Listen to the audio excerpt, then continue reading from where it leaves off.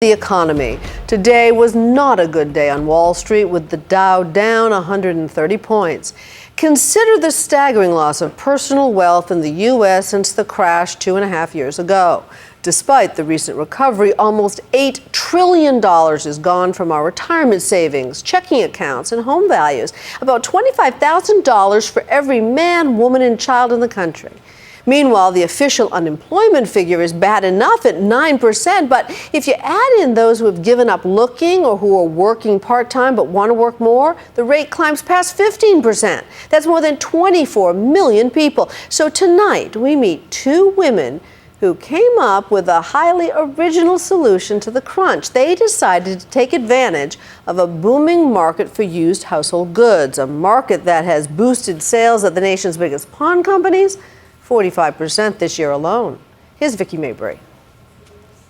If you're in the market for a 10-foot-tall suit of armor, or if you've got one you need to sell for some fast cash, Naperville Pawn and Loan, about a half hour west of Chicago, is the place for you. People collect things that you wouldn't even imagine.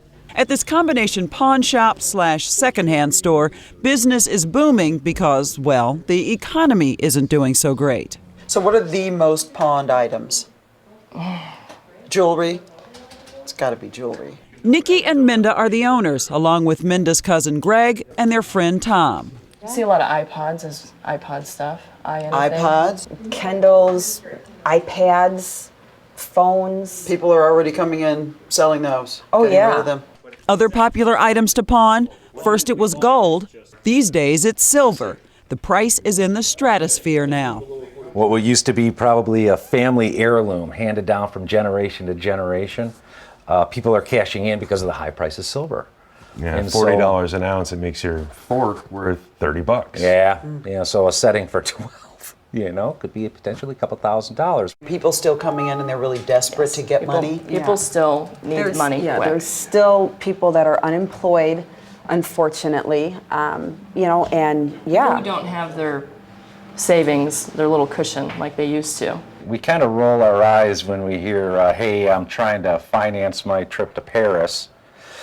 But then, you really feel heartfelt about the dad who's saying, you're putting food on my table. I thought you'd like that. Easier than eBay, more lucrative than Goodwill, whether you're buying or selling, pawn shops appear to be more socially acceptable and even a little cool these days. This approachable pawn shop idea has made it so that resale has become kind of chic. People are into getting a deal and proud of the deal that they get when they really make a killing on something. I'm surprised. There's an awful lot of Tiffany in this cabinet. Nowadays, pawn shops aren't just in the seedy part of town with bars on the windows. yes, the bracelets, necklaces, rings. Mm-hmm. Yep, you got it. We have it. Why so much Tiffany? Relationships end every day. It's popular, reasonably priced here. Someone wants a piece of Tiffany and they don't want to, fork out several $100s. Not that there aren't a lot of guitars and stereos and speakers. There are. But of course, when you start a new business, you will take anything that you can get. We needed merchandise to fill the store, and people just started coming. But women, the natural shoppers, are their biggest customers. So not surprisingly, they're doing a big business in purses. Oh, yes. Yes. Women come in with purses left and right. Oh, yeah.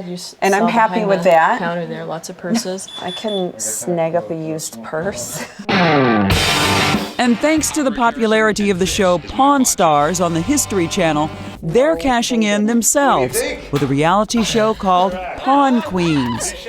I'm Minda. I'm Nikki. With our partners, Greg and Tom. We run the only pawn shop that caters to women. Showcasing the more offbeat items people think are valuable. An I Love Lucy doll. A wedding dress with Christmas lights. Oh my God. A dog bed studded with 95,000 Swarovski crystals. The owner says he paid $20,000. And you bought it? We took a pass. Yeah. Couldn't get to a correct price. I don't know of anybody looking to buy a $10,000 dog bed, even at half price. Wow. They're not real diamonds. I know that it's kind of shocking, especially when you come in and you have a $10,000 price in your head. I mean, I can offer you $75. 75? And capitalizing on people's fascination, especially in leaner times, with how much you can get or what you might have to sell. Those are nice glasses. Tom Guerin dropped by to see what he can get for this random assortment of Playboy paraphernalia, an old pipe, some wine glasses, a couple of casino chips, a pair of cufflinks. Wow. Glass bottom mugs don't sell for much either, unfortunately. Somebody didn't get $10 for a set of 4. He told us he doesn't need the money, that he's just cleaning out a lifetime's accumulation of stuff. So after a bit of dickering, when he gets a couple $100 for his collectibles, he's okay. Do you want to put it on eBay? Do you want to put it on Craigslist?